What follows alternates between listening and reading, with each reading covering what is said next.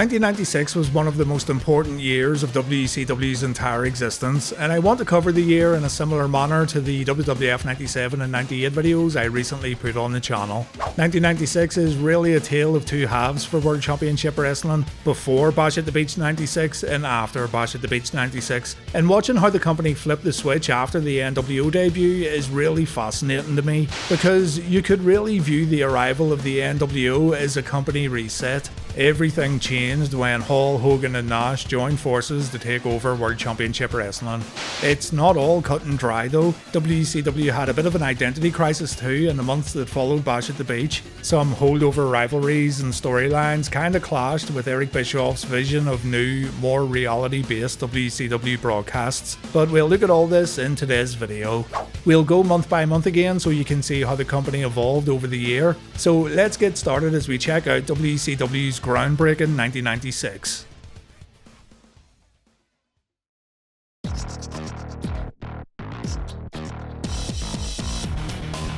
WCW had not established their January pay-per-view as of yet, so the company has a 2-month build-up towards SuperBrawl in February. We do have Clash of the Champions taking place in January, and this card perfectly demonstrates where WCW was at the time from a story and creative aspect. But before I run down the card, let's look at the big players. Hulk Hogan, Randy Savage and Sting are feuding with the Four Horsemen in the Dungeon of Doom. Sting's also teaming up with Lex Luger, but Lex is healing it up behind Sting's back. It's an interesting dynamic between these two, and unfortunately the story doesn't see an ending due to the arrival of the NWO in the summer.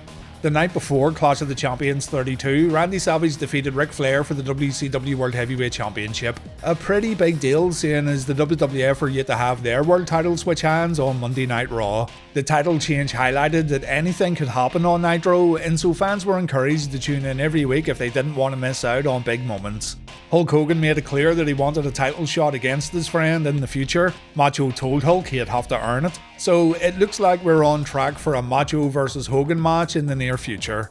Also on this same episode of Nitro, Lex Luger and Sting defeated Harlem Heat to become WCW Tag Team Champions. Sting had no idea that his partner cheated in order to win this match.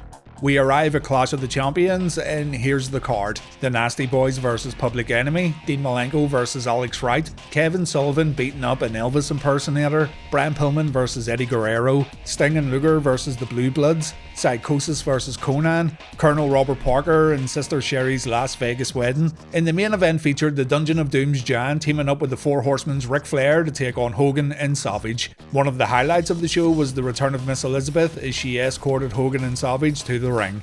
You'll hopefully notice how all over the place WCW was at the time in terms of their cards. Some great talent, some great matchups, but also some pure nonsense and a reliance on stars of the past for main event matches.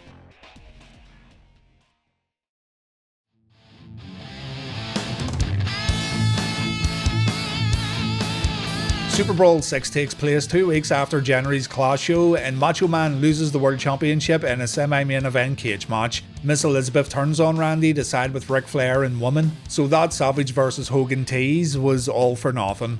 While Macho had Horseman trouble, Hulk had Dungeon of Doom trouble in the main event. Hulk took on the Giant in another steel cage match, and not only did Hogan win, he also got back in the cage where he took out 8 Doomers all on his own, not even joking. Loch Ness, better known as Giant Haystacks, comes down at the end of the match, though he gets held back by other members of the Dungeon of Doom. They are teasing a Loch Ness vs Hulk Hogan match in the future, but this also doesn't happen. Haystacks was diagnosed with cancer, and he unfortunately didn't flourish in WCW at all. Brian Pillman takes part in a respect match at this show. He famously grabs a microphone moments into the match and he tells his opponent Kevin Sullivan, "I respect you, Booker Man." This was a work shoot that Bischoff and company knew about, and the idea was for Pillman to disappear after this incident and reinvent himself elsewhere, only to come back to WCW even more crazy than he left it. But after a brief stint in ECW, Brian would end up in the WWF. The night after SuperBrawl, Arn Anderson shocks everyone by getting a win over Hulk Hogan. Anderson did have a little help from Woman, Liz and Ric Flair, but still, it's a notable occurrence when Hogan does the JOB, especially during this era. The following week, on the 9th of February episode of Nitro, Ed Leslie gets repackaged and he's now known as the Booty Man. So yeah, it feels like we're a lifetime away from changing the business forever at Bash at the Beach. Also on this episode of Nitro, Hogan got his win back when he defeated Arn Anderson in the opening match. Hulk always gets his payback, brother.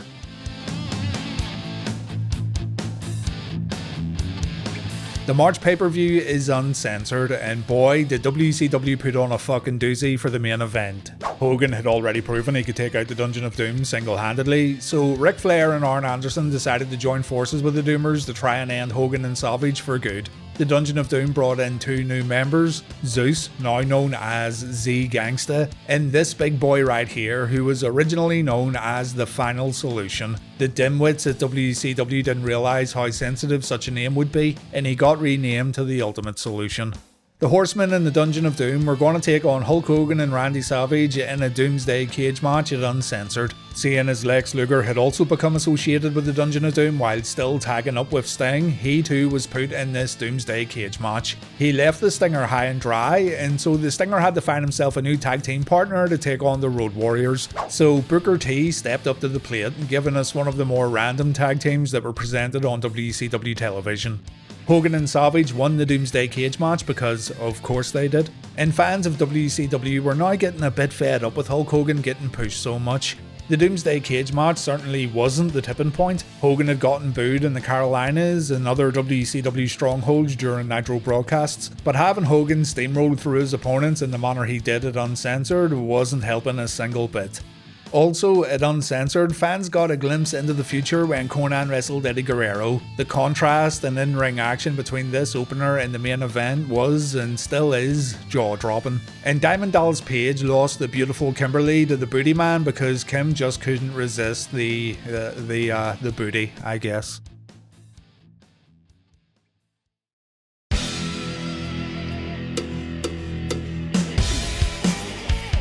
Again, we have no pay-per-view this month, and we also have no Clash of the Champions. So WCW has a long run of weekly TV shows, while the WWF begin presenting Shawn Michaels as their new champion and headline attraction.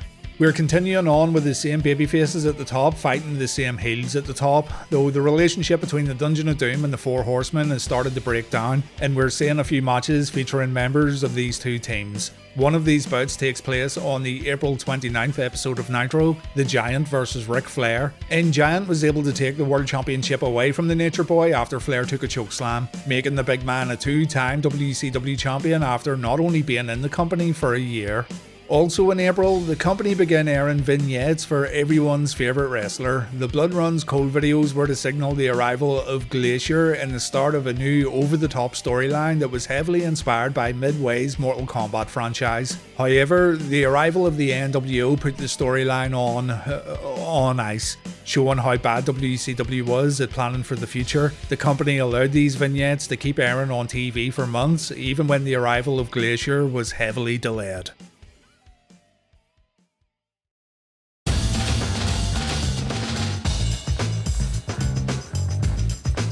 WCW were gearing up for one of their more traditional events taking place at Slamboree, the WCW Battle Bowl. There's a reason why I haven't covered Battle Bowls on my channel with the exception of Reliving the War, and that's because I just don't like the concept at all. It takes up nearly an entire pay-per-view, it features matches that effectively have had no TV build due to the random tag team drawings, and I wouldn't say anything deeply memorable has happened in a Lethal Lottery or in a Battle Bowl anyway.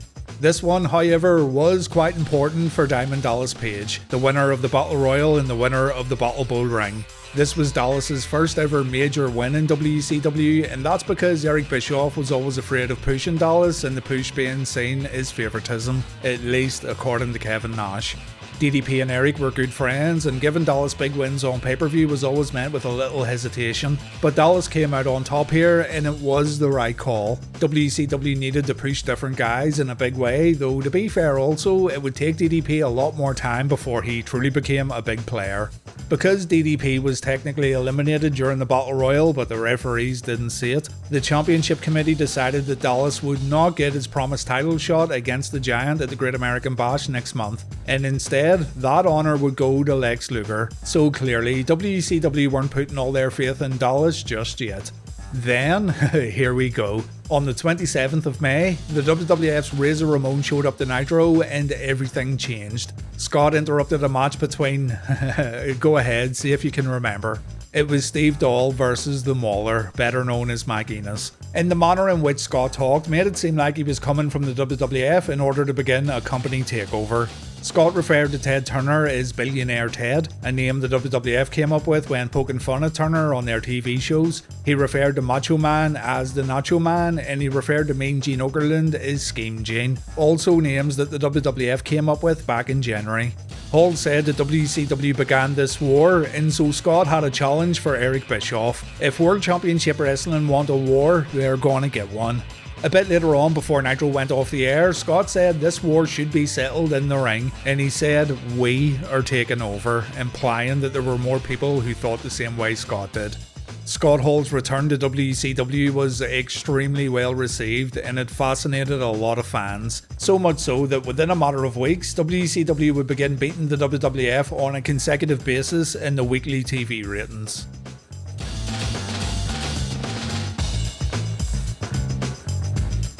Scott showed up again on the first Nitro of June, and he was confronted by Sting. The Stinger slapped Scott after the bad guy once again spoke about a company takeover, and Hall announced that next week he'll have a big surprise for Sting, Bischoff and WCW. That surprise was Kevin Nash, and after Nash debuted, WCW would begin their 83-week TV ratings win streak. Securing former WWF superstars such as Razor Ramon and Diesel sent a strong message to wrestling fans around the world. These two were at the top of their respective games when they jumped to WCW, so all of a sudden WCW looked a little less like an old folks retirement home, and it actually became exciting and unpredictable.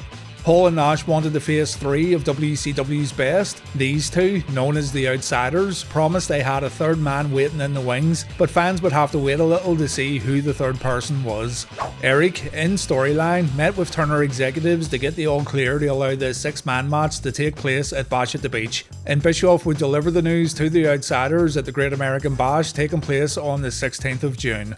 At the show, Eric had to take care of some legitimate legal matters when he flat out asked Scott and Kevin if they represented the WWF. Scott and Kevin said no, and that's because the WWF filed a lawsuit regarding Hall and Nash infringing on the company's intellectual property by portraying the Razor and Diesel characters on WCW television. Scott, in particular, was acting a lot like Razor just by the way he talked, but you can make the argument that Diesel was never really a character to begin with, and Diesel was just Kevin being himself. Still, the lawsuit must have shook Bischoff because the boys had to admit here that they had absolutely no affiliation to the World Wrestling Federation, but that didn't stop them retaining their heat by powerbombing Eric off the entrance stage.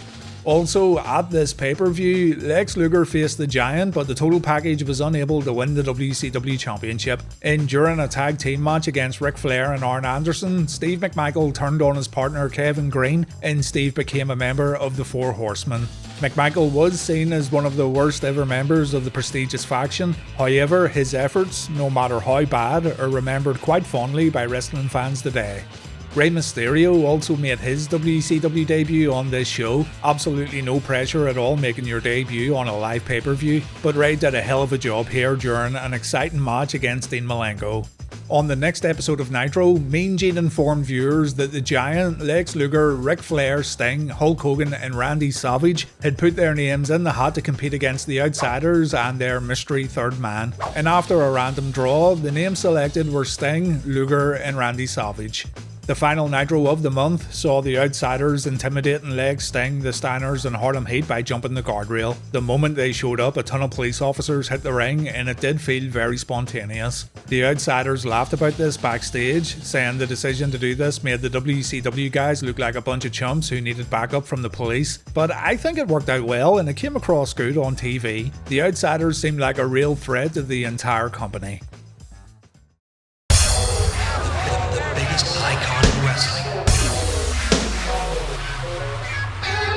The first Nitro of July saw the Outsiders buying tickets for the show because they weren't allowed to attend Nitro in any way, shape or form. They were escorted out for causing a scene. And to just highlight where WCW was during this time period, the main event of this Nitro featured the Four Horsemen taking on Joe Gomez, the Renegade and the Rock and Roll Express. There's a weird mixture of exciting stuff happening with Hall and Nash, the WCW Cruiserweights and the revival of the WCW's tag division, but there's also some questionable stuff going on too that could still force viewers to switch the channel. It's a very interesting time in World Championship Wrestling. Bash at the Beach takes place on the 7th of July, and you guys know the story. I don't need to go into great detail here. Hulk Hogan turns out to be the third man, and Hogan announces that together these three are known as the New World Order, or New World Organization, but we'll just forget about that. Hogan explains that he built the WWF empire. He's the reason why everyone watches pro wrestling in the first place. He came to WCW and the fans gave him a hard time, so the fans can stick it, brother. The days of eating your vitamins and saying your prayers were officially over, and the NWO was here to take over professional wrestling. The following night, on the 8th of July, WCW began a string of Nitro shows taking place at Disney's MGM Studios, now known as Hollywood Studios. And these broadcasts were memorable for a few reasons. Visually, they made Nitro look incredibly unique, so taking the show away from typical arenas did wonders to set Nitro apart from the competition. And one of the other things that's notable about these tapings is that this is when the New World Order truly began their run of Monday Night Mayhem. The NWO weren't given permission to compete or even get in the ring, so they terrorized WCW from behind the scenes. Kevin Nash famously launched Rey Mysterio into the side of a trailer while he and Scott were on a rampage. So guys who were not affiliated with Hogan, Hall and Nash decided to put their differences aside and join forces. Longtime rivals such as Ric Flair and Sting even decided that they should really focus on taking out the NWO. But this doesn't mean everything in WCW was just cancelled for the sake of the New World Order. Feuds and rivalries did continue, but everything kinda circled back to the faction. Hogan, Hall and Nash were now the main company bad guys, so that meant previous main company bad guys had to step up to or step aside from the New World Order. Hulk Hogan appeared on the 5th of July episode of Nitro wearing all black. Not the first time he was dressed like this after the hilariously bad Dark Side Hogan run back in '95, but Hogan made it clear that he and the Outsiders were out for destruction.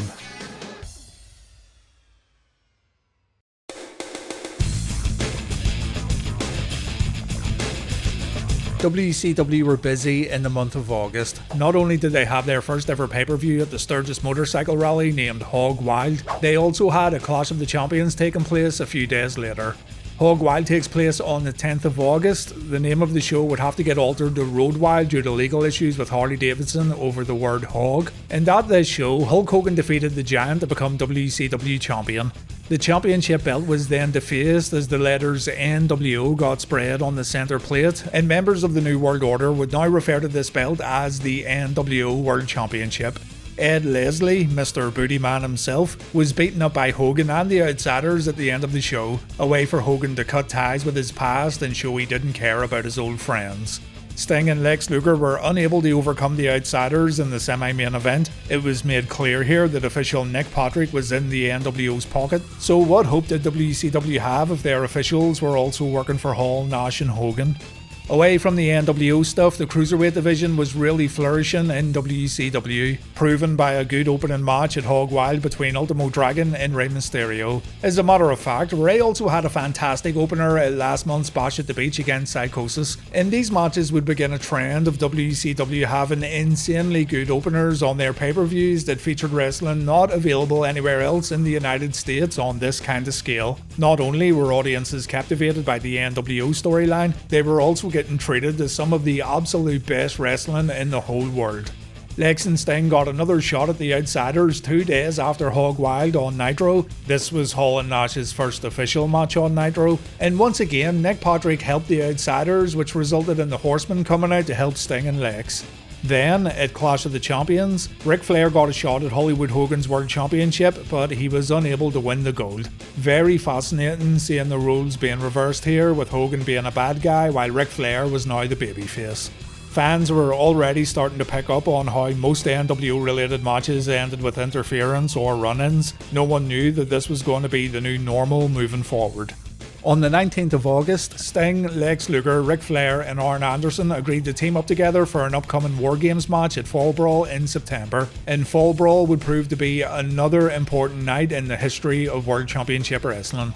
Then, on the 28th of August, the NWO got a new member, Ted DiBiase, and DiBiase hinted that more new members were coming very soon.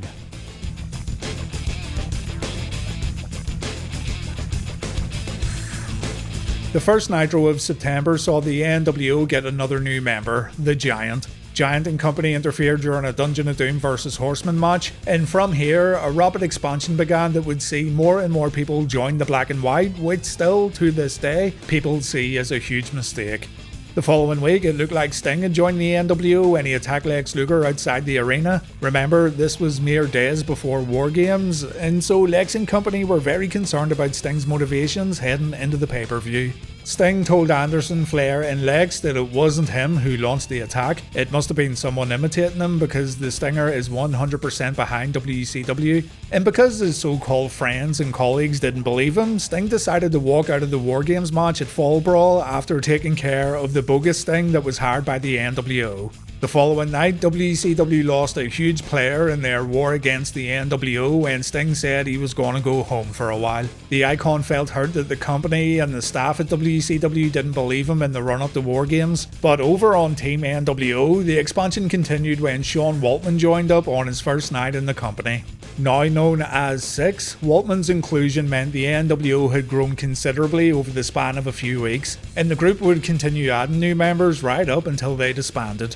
Still, WCW needn't worry, because Glacier finally made his Nitro debut on this episode of Nitro 2, so it's fine. Sting's out, Glacier's in, the Icon services are no longer needed. Virgil joined the NWO on the 23rd of September. This wasn't met with a lot of praise, to be honest. The Nasty Boys were also teased as new members, though they ended up getting kicked out after asking for more money.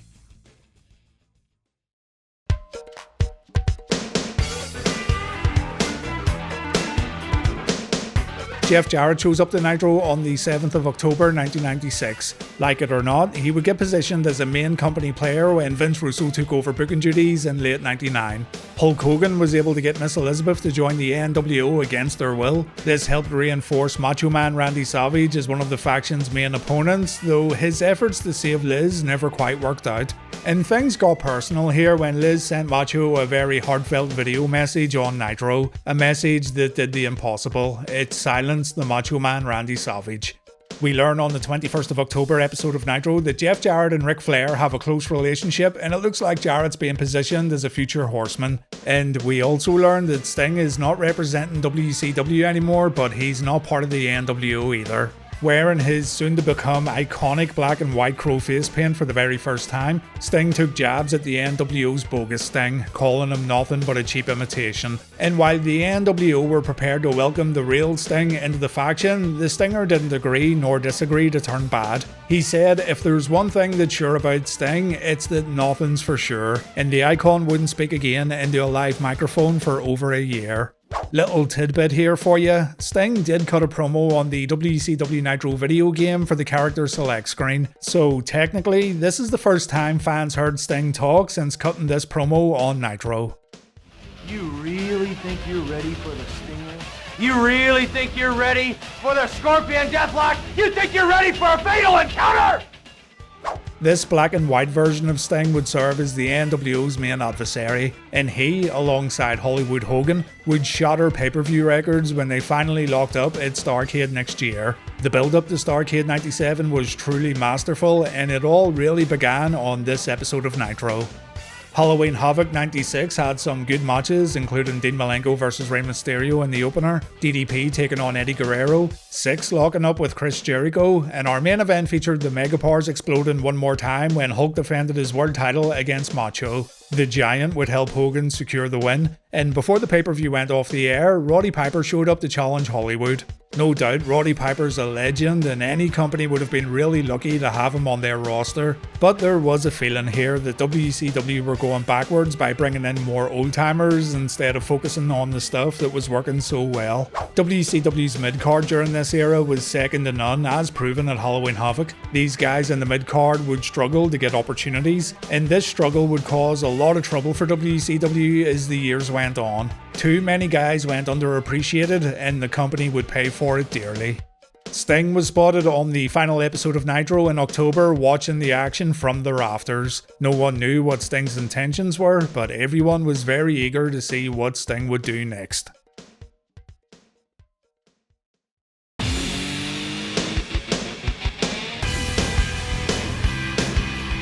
It's announced on the 4th of November episode of Nitro that WCW are going to crown a women's champion. A tournament kicks off featuring talent such as Miko Satomura, Medusa, Akira Hokuto, and Malia Hosaka. Most of these women came from the Gia Japan promotion, and it was refreshing to see true competitive women's matches taking place on a semi-regular basis every Monday night.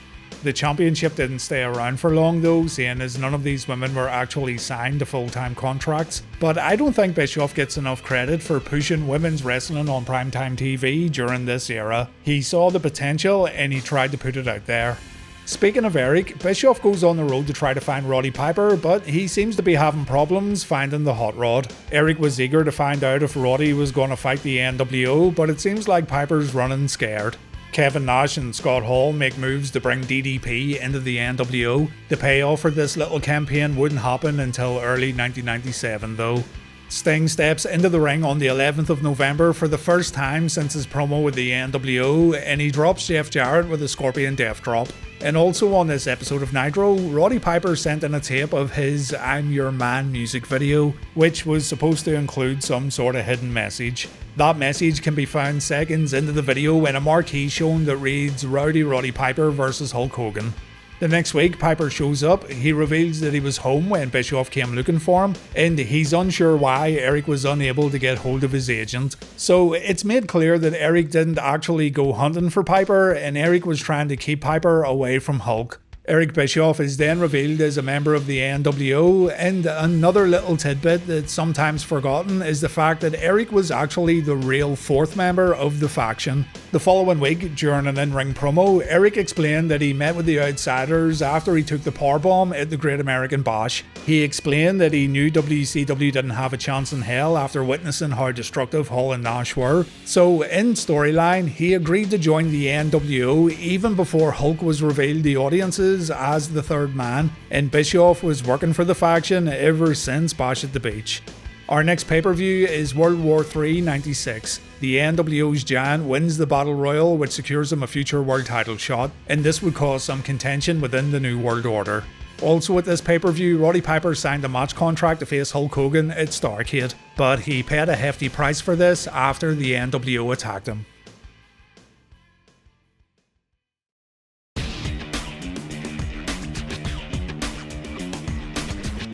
By now, WCW's established itself as the #1 wrestling promotion in America, and their shows still feel very fresh and very unpredictable. It's a great time to be a wrestling fan, and WCW were going to soon force the WWF to totally change the way they do business too. Such was the impact of the New World Order. The faction had grown again with new members such as Buff Bagwell and Scott Norton joining the ranks. So we've gone from a troublesome trio of 3 megastars to a small community of guys varying in status and placement on the cards. I must make it clear though that not all WCW television was good. The cruiserweights were definitely on a different level and the mid-card was good too, but WCW were still putting on some pretty odd matches, and you can see this on the first Nitro of December. KC Sunshine versus Kevin Sullivan, Gomez and the Renegade versus the Amazing French Canadians, even Rocco Rock versus Lex Luger sounds like a random pairing from Universe Mode. The Stinger was now testing the loyalty of other WCW superstars as he tried to figure out who he could trust and who he couldn't. Diamond Dallas Page was getting some good reactions from the audience thanks to his ongoing saga with the Outsiders.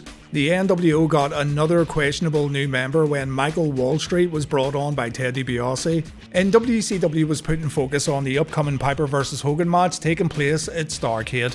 At the pay-per-view, Piper was able to defeat Hogan in a match that, in my opinion, surpassed expectations. However, fans felt a bit cheated when Piper didn't actually win the heavyweight championship. WCW didn't advertise this as a non-title main event to be fair, but at the same time, you naturally assume a champion would defend his belt in the main event of the company's biggest show of the year. Like, WCW didn't exactly go out of their way to inform viewers that Hogan vs Piper was actually a non-title bout. DDP and Eddie Guerrero had a decent match for the US title that was unfortunately cheapened with NWO interference, and the Outsiders successfully defended their tag team titles against the Faces of Fear. Proving once again that the best action could be found in the opening match, Dean Malenko wrestled Ultimo Dragon in a fantastic bout to kick the pay-per-view off. So all in all, Starcade 96 wasn't bad, and it's one of the better Starcade events of the Nitro era. The final Nitro of the year featured Hulk Hogan slapping the Giant around, and Giant ended up wrapping his big hand around Hogan's neck. Hogan agreed to give the Giant his title opportunity that the big man rightfully won at World War III, but this also led to the Giant getting kicked out of the New World Order. Not including the Nasty Boys, the Giant was the first guy ever forced out of the group.